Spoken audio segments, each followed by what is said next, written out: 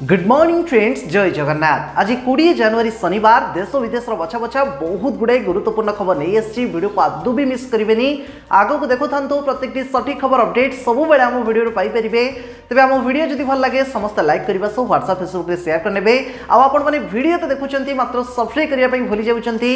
जब यही प्रत्येक दिन देश विदेश गुरुत्वपूर्ण खबर अपडेट पाइप चाहूँ एवं ही आम चैनल को सब्सक्राइब करने सह पाखे बेल आइकन को भी प्रेस करनी। चाषींको पाई बड़ खुशी खबर। चलित खरीफ ऋतु में ओडिशारू अधिक 10 लाख मेट्रिक टन चाउल किणिबे केंद्र सरकार। तेबे सूचना रही चलित खरीफ विपन्न ऋतु में ओडिशारू अधिक 10 लाख मेट्रिक टन उषुना चाउल संग्रह करने एफसीआई को निर्देश देवाई केंद्र खाउटी व्यापार खाद्य एवं साधारण बंटन मंत्री पीयूष गोयल को चिठी लिखि अनुरोध करथिले धर्मेंद्र प्रधान। एने से गत 16 तारिख दिन चिठी लिखिथिले। तेबे ए संपर्क में गतकाली खाउटी व्यापार और साधारण बंटन मंत्री पीयूष गोयल कहिसेंती कि चलित खरीफ ऋतु में ओडिशारू अधिक 10 लाख मेट्रिक टन उषुना चाउल एफसीआई जरिया केंद्र सरकार किणिबे बोली। भक्तों अर्पण चाउल रे प्रस्तुत हेब खेचुड़ी और पिठा। बिड़िया पान रे व्यवहृत हेब गुआ। सुआर महासुआर निजग्र सभापति सूचना। तेबे श्रीमंदिर परिक्रमा लोकार्पण उत्सव पाई गाँठू सहर सबुठी बुलीथिला अर्पण रथ। लोकमाने भक्तिर सह महाप्रभुंक उद्देश्य अर्पण करिथिबा अरुआ चाउल और गुआ महाप्रभुंक सेवारे लागिबो। आसीथिबा एई अरुआ चाउल और गुआ सुआर महासुआर निजोग ग्रहण करिवे। अर्पण रथरे महाप्रभुंक पई संगृहीत समस्त सामग्री चाउल गुआ और श्रीफल महाप्रभुंक कार्य लागिबो बोली श्रीमंदिर सुआर महासुआर निजग्र सभापति पद्मनाभ महासुआर और संपादक नारायण महासुआर सूचना देइचंती। 12टी जिले में आरंभ है श्री जगन्नाथ एक्सप्रेस बस सेवा। मांग पाई बस भड़ा अधा रहिबो। तेबे गतकालिठू आम राज्य में 12टी जिला बलांगीर बरगढ़ गंजाम झारसुगुड़ा कोरापुट कलाहांडी मालकानगिरी नवरंगपुर नुआपड़ा रायगड़ा संबलपुर और सुंदरगढ़ पुरी को श्री जगन्नाथ एक्सप्रेस बस सेवा आरंभ होइछि। प्रत्येकटी बस जिला सदर महकुमारू भुवनेश्वर दे श्रीक्षेत्र पुरी को चलिबो। तेबे खूब शीघ्र राज्यर 30टी जिलूर बस पुरी को यातायात करिबो। तेबे एही अवसर में मुख्यमंत्री घोषणा करिसेंती जे महिला माननक पई श्री जगन्नाथ एक्सप्रेस से बस रो टिकेट रो मूल्य मात्र 50% रहिबो। अर्थात धार्य भड़ार अधा मूल्य दे महिला माने सहजरे पुरी को यातायात करि परिबे। प्रति स्कूल को मिलिबो 5000 टंका। स्कूल कांथरे रहिबो पीएम पोषण रो तथ्य। तेबे प्राथमिक और उच्च प्राथमिक छात्र छात्रींकर मध्याह्न भोजन को नहीं बारंबार अभियोग उठुचे। पिलांक थाली रे निम्न मानर सोयाबीन सांग को पानिया डाली फाळे अंडा को नहीं असंतोष बढ़ुवा बेले पीएम पोषण संपर्कित तथ्य को एणिकी स्कूल कांथरे लेखिबाको विद्यालय और गणशिक्षा विभाग पक्षरु निर्देश दिया जाइछे। गोटे पटे मध्याह्न भोजन दर वृद्धि करा जाउ नथुवा बेले अन्यपटे कांथरे पीएम पोषण लेखाजिबा द्वारा छात्र छात्री किभଳି लाभ पाइबे ताहाकु नहीं प्रश्न उठिছে। तेबे ए बाबदरे प्रत्येक प्राथमिक और उच्च प्राथमिक विद्यालय को 5000 टंका लेखाएं मंजूर होइছে। स्कूल कांथरे मध्याह्न भोजन लोगो सह 6 दिनर खाइबा तालिका छात्र छात्री अधिकार हेल्पलाइन नंबर आदि पेंटिंग कराजिबो। फेब्रुआरी 5 रु विधानसभा अधिवेशन 2024-25 आर्थिक वर्ष पई आगत हेबो कामचला बजेट। तेबे फेब्रुआरी 5 रु आरंभ हेबो विधानसभा अधिवेशन। 13 तारिख पर्यंत चलिबो विधानसभा। विधानसभा अधिवेशन नहीं राज्यपाल अनुमोदन मध्य मिलिछि। एथिरे 7टी कार्य दिवस रहिबो। 5 तारिख रे राज्यपाल अभिभाषण रखिबे। 6 और 7 तारिख रे राज्यपाल अभिभाषण उपरे गृह रे आलोचना कराजिबो।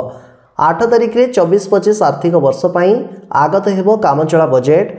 बजेट आगत करिवे अर्थमंत्री विक्रम केसरी आरोग। सही दिन लेखानुदान पाई भी प्रस्ताव आसिबो। 9 तारिख रे लेखानुदान व्यय मंजूरी बिल गृह रे पारित हेबो।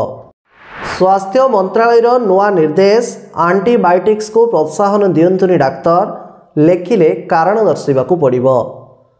तेबे देश में आंटीबायोटिक औषधर व्यवहार एवं वृद्धि पाइबारे लागिछि। यह मनुष्य स्वास्थ्य पाई क्षतिकारक। यह दृष्टि रखी आंटीबायोटिक व्यवहार को प्रोत्साहन न देवा पाई केंद्र सरकार डाक्तर मानकु कहिसेंती। जदि रोगी को यह दि जाउछि तेबे ताहार कारण मध्य दर्शाइबाकू कुहा जाइछि। तेबे नियम को एबे बाध्यतामूलक करा जाइछि। रामलालांको प्राण प्रतिष्ठा उत्सव पर अयोध्या को ओडिशारू गड़ी पारे 10टी स्वतंत्र आस्था ट्रेन। तेबे आसंता जनवरी 22 रे अयोध्या रामलालांको प्राण प्रतिष्ठा हेबो। ଏହା ପରେ ଅଯୋଧ୍ୟାକୁ ସାରା ଦେଶରୁ ଭକ୍ତଙ୍କ ସୁଅ ଛୁଟିବ। ଦେଶର କୋଣ ଅନୁକୋଣରୁ ଶ୍ରଦ୍ଧାଳୁ ଅଯୋଧ୍ୟାରେ ପହଞ୍ଚିବେ। ଏହାକୁ ଦୃଷ୍ଟିରେ ରଖି ଭାରତୀୟ ରେଳବାଇ ପକ୍ଷରୁ ଏବେ ସ୍ୱତନ୍ତ୍ର ବ୍ୟବସ୍ଥା ଗ୍ରହଣ କରାଯାଇଛି। ଭାରତୀୟ ରେଳବାଇ ଅଯୋଧ୍ୟାକୁ आस्था स्पेशल ट्रेन चलाचल आरंभ करिब। एसबु ट्रेन देशर 66टी स्थानरू सीधासलख रेलपथरे अयोध्या सह जोड़ी हेब। तेबे ओडिशारू मध्य अयोध्या को आस्था स्पेशल ट्रेन चलिबाकू दाबी जोर धरिछि।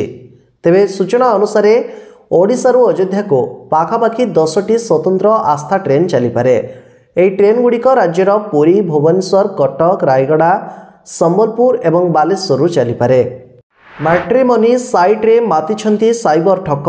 सुंदरी झीओं प्रोफाइल तैयारी करी लुटुछंती लक्षाधिक टंका।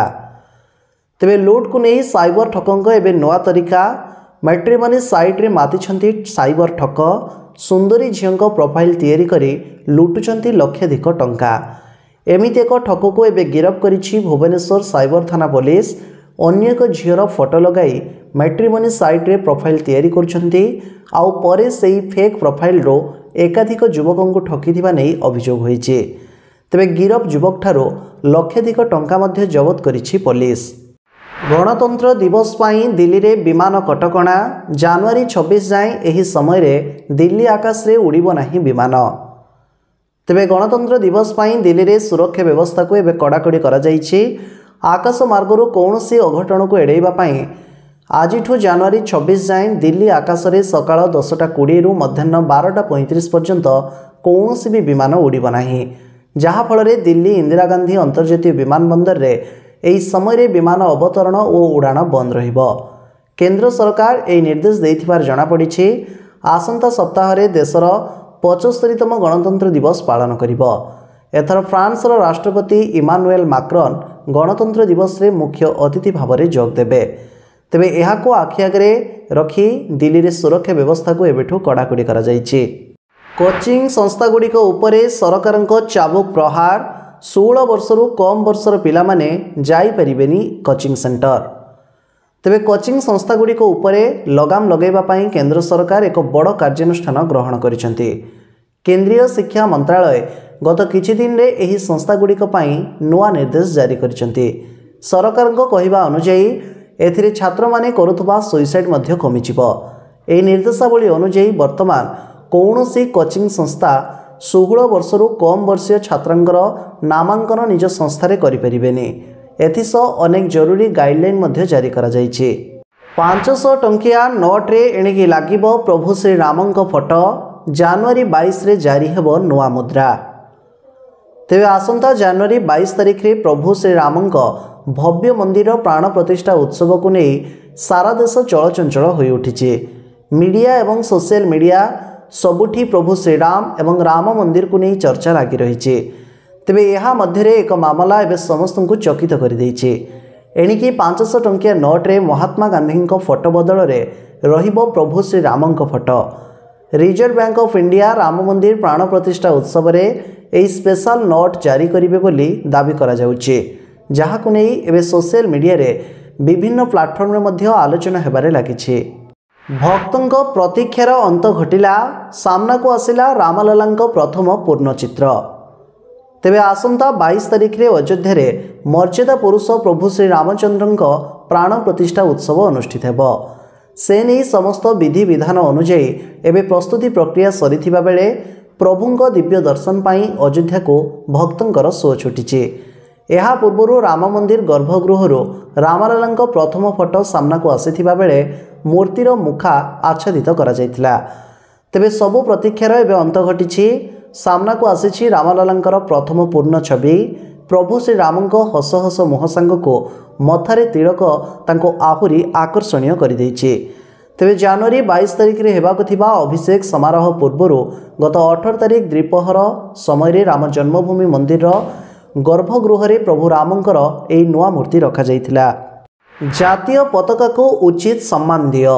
गणतंत्र दिवस पूर्व गृह मंत्रालय चेतावनी। तेबे आगो को आसुची भारतर साधारणतंत्र दिवस। ଜାନୁଆରୀ 26 ତାରିଖରେ ସାରା ଦେଶରେ ଉଡ଼ିବ ତ୍ରିରଙ୍ଗା ପତାକା। କିନ୍ତୁ ଏହା ପୂର୍ବରୁ ସମସ୍ତ ଦେଶବାସୀଙ୍କ ପାଇଁ ଚେତାବନୀ ତଥା ଆଦେଶ ଜାରି କରିଛନ୍ତି ଗୃହ ମନ୍ତ୍ରାଳୟ। ଭାରତର ସମସ୍ତ ରାଜ୍ୟ ତଥା କେନ୍ଦ୍ରଶାସିତ ଅଞ୍ଚଳଗୁଡ଼ିକୁ ଗୃହ ମନ୍ତ୍ରାଳୟ ଏନେଇ ସତର୍କ କରାଇଦେଇଛି। ତେବେ ଏଥର ଗଣତନ୍ତ୍ର ଦିବସରେ ଭାରତର ଜାତୀୟ ପତାକା ତ୍ରିରଙ୍ଗାକୁ ଉଚିତ ସମ୍ମାନ ଦିଆଯିବା ଉଚିତ। ସାଧାରଣତନ୍ତ୍ର ଦିବସ ପାଳନ ପରେ ପତାକାକୁ ଏଣେତେଣେ ନ ଫିଙ୍ଗିବା ପାଇଁ ଆଦେଶ ଜାରି କରାଯାଇଛି। ଏଥିରେ ଖିଲାପ ହେଲେ ପରିଣାମ କ'ଣ ହେବ ସେ ନେଇ ମଧ୍ୟ ଚେତାବନୀ ଜାରି କରିଛି ଗୃହ ମନ୍ତ୍ରାଳୟ। QR କୋଡ୍ ବିନା ଅଯୋଧ୍ୟା ରାମ ମନ୍ଦିରରେ ପ୍ରବେଶ କରିପାରିବେ ନାହିଁ ଭକ୍ତ। ତେବେ ଅଯୋଧ୍ୟାରେ ଜାନୁଆରୀ 22 ତାରିଖରେ ହେବାକୁ ଥିବା ପ୍ରାଣ ପ୍ରତିଷ୍ଠା ପାଇଁ ଜୋରସୋରରେ ଏବେ ପ୍ରସ୍ତୁତି ଚାଲିଛି। ଗତ ଗୁରୁବାର ରାମଲାଲାଙ୍କ ମୂର୍ତ୍ତିକୁ ଗର୍ଭଗୃହରେ ସମ୍ପୂର୍ଣ୍ଣ 4 ଘଣ୍ଟାର ରୀତିନୀତି ଅନୁସାରେ ସ୍ଥାପନ କରାଯାଇଛି। ରାମନଗରୀ ଏହି ଭବ୍ୟ ଆୟୋଜନ ପାଇଁ ମଧ୍ୟ ଅଯୋଧ୍ୟାକୁ ଖୁବ୍ ସୁନ୍ଦର ଭାବରେ ସଜାଯାଇଛି। ତା ବ୍ୟତୀତ ସ୍ଥାନେ ସ୍ଥାନେ ସୁରକ୍ଷା ବ୍ୟବସ୍ଥାକୁ ବି କଡ଼ାକଡ଼ି କରାଯାଇଛି। ଅଯୋଧ୍ୟା ରାମ ମନ୍ଦିରରେ ପ୍ରବେଶ ପାଇଁ ଲୋକଙ୍କୁ ସ୍ୱତନ୍ତ୍ର ଏଣ୍ଟ୍ରି ପାସ୍ ପ୍ରଦାନ କରାଯିବ। ଏହି ଏଣ୍ଟ୍ରି ପାସ୍ ଯାହା ପାଖରେ ନଥିବ ସେମାନେ ମନ୍ଦିରକୁ କୌଣସି ମତେ ପ୍ରବେଶ କରିପାରିବେ ନାହିଁ। ଭଗବାନ ଶ୍ରୀ ରାମଲାଲାଙ୍କ ପ୍ରାଣ ପ୍ରତିଷ୍ଠା ଉତ୍ସବରେ ପ୍ରବେଶ ପାଇଁ କେବଳ ରାମ ଜନ୍ମଭୂମି ତୀର୍ଥକ୍ଷେତ୍ର ଦ୍ୱାରା ଜାରି କରାଯାଇଥିବା ପ୍ରବେଶିକା ମାଧ୍ୟମରେ ପ୍ରବେଶ ସମ୍ଭବ ହେବ। ଏହି ପ୍ରବେଶିକାରେ ଥିବା QR କୋଡ୍କୁ ମିଶାଇବା ପରେ ଯାଇ ମନ୍ଦିର ଭିତରକୁ ଲୋକେ ପ୍ରବେଶ କରିପାରିବେ। PM ଜନମନ ଯୋଜନା ଲକ୍ଷେ ହିତାଧିକାରୀଙ୍କୁ PM ଆବାସ ଯୋଜନାରେ ପ୍ରଥମ କିସ୍ତି ଦେଲେ ପ୍ରଧାନମନ୍ତ୍ରୀ। ତେବେ ପ୍ରଧାନମନ୍ତ୍ରୀ ନରେନ୍ଦ୍ର ମୋଦି ଗତକାଲି ଭିଡ଼ିଓ କନଫରେନ୍ସିଂ ମାଧ୍ୟମରେ ପ୍ରଧାନମନ୍ତ୍ରୀ ଜନଜାତି ନ୍ୟାୟ ମହା ଅଭିଯାନ ବା ଜନମନ ଅଧୀନରେ ପ୍ରଧାନମନ୍ତ୍ରୀ ଆବାସ ଯୋଜନା ଗ୍ରାମୀଣର 1 ଲକ୍ଷ ହିତାଧିକାରୀଙ୍କୁ ପ୍ରଥମ କିସ୍ତି ପ୍ରଦାନ କରିଛନ୍ତି। ଏହି ଅବସରରେ ପ୍ରଧାନମନ୍ତ୍ରୀ PM ଜନମନର ହିତାଧିକାରୀମାନଙ୍କ ସହ ଆଲୋଚନା ମଧ୍ୟ କରିଥିଲେ। ତେବେ ଏହି PM ଜନମନ ମେଗା ଅଭିଯାନ ପାଇଁ ସରକାର 23,000 କୋଟିରୁ ଅଧିକ ଟଙ୍କା ଖର୍ଚ୍ଚ କରିବାକୁ ଯୋଜନା କରିଥିବାରୁ ଜନଜାତି ସମ୍ପ୍ରଦାୟର ସମସ୍ତ ଇଚ୍ଛା ଏବେ ପୂରଣ ହେବ ବୋଲି ସେ ଦୋହରାଇଛନ୍ତି। ଏଣିକି ସବୁ ଭାଷାରେ ପ୍ରତ୍ୟେକ ପାଠ୍ୟକ୍ରମ ଡିଜିଟାଲରେ ମିଳିବ, ନିର୍ଦ୍ଦେଶ ଜାରି କଲେ କେନ୍ଦ୍ର ସରକାର। ତେବେ ଦେଶରେ ଶିକ୍ଷାର ଭିତ୍ତିଭୂମି ବଦଳାଇବାକୁ ପ୍ରୟାସ ଜାରି ରଖିଛନ୍ତି କେନ୍ଦ୍ର ସରକାର। ନୂଆ ନୂଆ ପାଠ୍ୟକ୍ରମ ସହ ଆଧୁନିକ ଯୁଗକୁ ପ୍ରାଧାନ୍ୟ ଦେଉଛନ୍ତି ଭାରତ ସରକାର। ଏନେଇ ଗତକାଲି ସରକାର ଏକ ବଡ଼ ନିଷ୍ପତ୍ତି ନେଇଛନ୍ତି। 16 ବର୍ଷରୁ କମ୍ ପିଲା ଅର୍ଥାତ୍ ସ୍କୁଲ ପିଲା ଏଣିକି କୋଚିଂ ସେଣ୍ଟରରେ ପାଠ ପଢ଼ିବେନି। ଛାତ୍ରଛାତ୍ରୀଙ୍କ ସୁରକ୍ଷା ଓ ସର୍ବନିମ୍ନ ମାନ ପାଇଁ ସରକାର ଏପରି ଗାଇଡଲାଇନ୍ ଆଣିଥିବାର କୁହାଯାଉଛି। ତେବେ ଏହାରି ମଧ୍ୟରେ ଏକ ବଡ଼ ଖବର ସାମ୍ନାକୁ ଆସିଛି। ଏଣିକି ବିଦ୍ୟାଳୟ ତଥା ଉଚ୍ଚଶିକ୍ଷା ଅଧୀନରେ ଥିବା ସମସ୍ତ ପାଠ୍ୟକ୍ରମ ପାଇଁ ଅଧ୍ୟୟନ ସାମଗ୍ରୀ ଭାରତୀୟ ଭାଷାରେ ଡିଜିଟାଲରେ ଉପଲବ୍ଧ ହେବ।